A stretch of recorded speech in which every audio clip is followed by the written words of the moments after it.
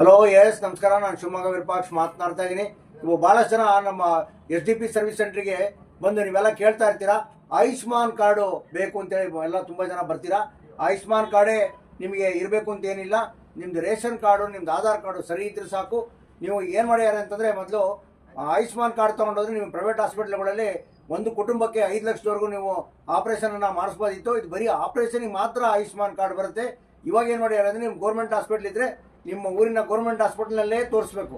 Government ಹಾಸ್ಪಿಟಲಲ್ಲಿ operation ಮಾಡೋಕ್ಕಾಗಲ್ಲ ಅಂತಂದರೆ ನಿಮ್ಮ ರೆಫರಲ್ ಲೆಟರ್ ಅಂತ ಈ ಥರ ಕೊಡ್ತಾರೆ. ಇದೆ ನೋಡಿ, ರೆಫರಲ್ ಪದ್ಧತಿ ಅಂತೇಳಿ.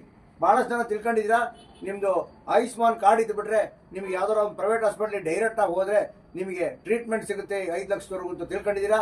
ತಪ್ಪು ಭಾವನೆ ಅದು. ನಿಮ್ಮ ಹತ್ರ BPL ಕಾರ್ಡ್ ಇದ್ದರೆ 5 ಲಕ್ಷ ರೂಪಾಯಿ ಒಂದು ಕುಟುಂಬಕ್ಕೆ ಸಿಗುತ್ತೆ. ನಿಮ್ದು APL ಕಾರ್ಡ್ ಆಗಿದ್ದರೆ ಒಬ್ಬರಿಗೆ 30%, 1.5 ಲಕ್ಷದವರೆಗೂ ಒಂದು ರೇಷನ್ ಕಾರ್ಡಿಗೆ ನಿಮಗೆ ಸರ್ಕಾರಿ ಹಾಸ್ಪಿಟಲ್ ಟ್ರೀಟ್ಮೆಂಟ್ ಕೊಡಲಿಲ್ಲ ಅಂತಂದರೆ ಪ್ರೈವೇಟ್ ಹಾಸ್ಪಿಟಲ್ ಕೊಡ್ತಾರೆ ಅಂತ ಹೇಳ್ತಾ ಇದ್ದೀನಿ. ಯಾರು ತಪ್ಪು ತಿಳ್ಕೊಂಬೇಡಿ. ಆಮೇಲೆ 70 ವರ್ಷದ ಮೇಲೆ ಆಯುಷ್ಮಾನ್ ಕಾರ್ಡ್ ಅಂತೇಳಿ ತುಂಬ ಜನ ಕೇಳ್ಕೊಂಬರ್ತಾ ಇದ್ದೀರಾ. ಅದು ಹಾಗೆಯೇ, ಅದು ಆಪ್ರೇಷನ್ಗೆ ಮಾತ್ರ ಬರುತ್ತೆ. ಅದು ಇನ್ನೂ ಏನೇನೋ ಟ್ರೀಟ್ಮೆಂಟು ಏನು ಎತ್ತ ಅನ್ನತಕ್ಕಂಥದ್ದು ಬಿಡಿಸಿ ಎಲ್ಲೂ ಹೇಳಿಲ್ಲ.